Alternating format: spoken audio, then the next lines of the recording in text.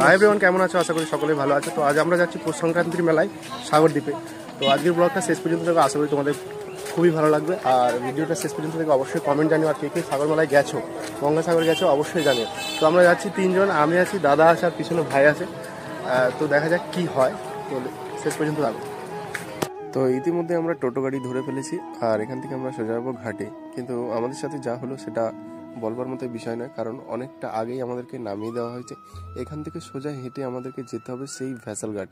তো ভ্যাসেলঘাট যাওয়ার পথে অনেক সিভিক ভলেন্টিয়াররা তারা হাতে হাতে টিকিট সেল করছিল, যাতে যাত্রীদের পক্ষে টিকিট কাটতে কোনো অসুবিধা না হয়। তো এই বছর কিন্তু আমাদের গঙ্গাসাগরে অনেক লোক কমেছে, কারণ কুম্ভের মেলায় বেশিরভাগ মানুষজন চলে গেছে।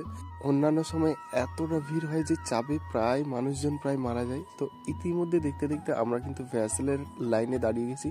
এই লাইনটা অ্যাকচুয়ালি পুরো মাঠের মাঝখান বরাবর, আর ওইখান থেকে প্রায় 1.5 কিলোমিটার হেঁটে আমরা অবশেষে কিন্তু লঞ্চে পাড়ি দিলাম। আর অলরেডি আমরা লঞ্চে ঢুকেও গেছি। এখানে প্রায় নেই করে হলো 4 থেকে 5 হাজার লোকজন এই ভ্যাসেলে প্রায় ধরেছে। তো আজকের ব্লগটা এখানে আমাকে ডিএন্ড করতে হচ্ছে, কারণ নেক্সট পার্টের জন্য তোমাদেরকে একটু ওয়েট করতে হবে।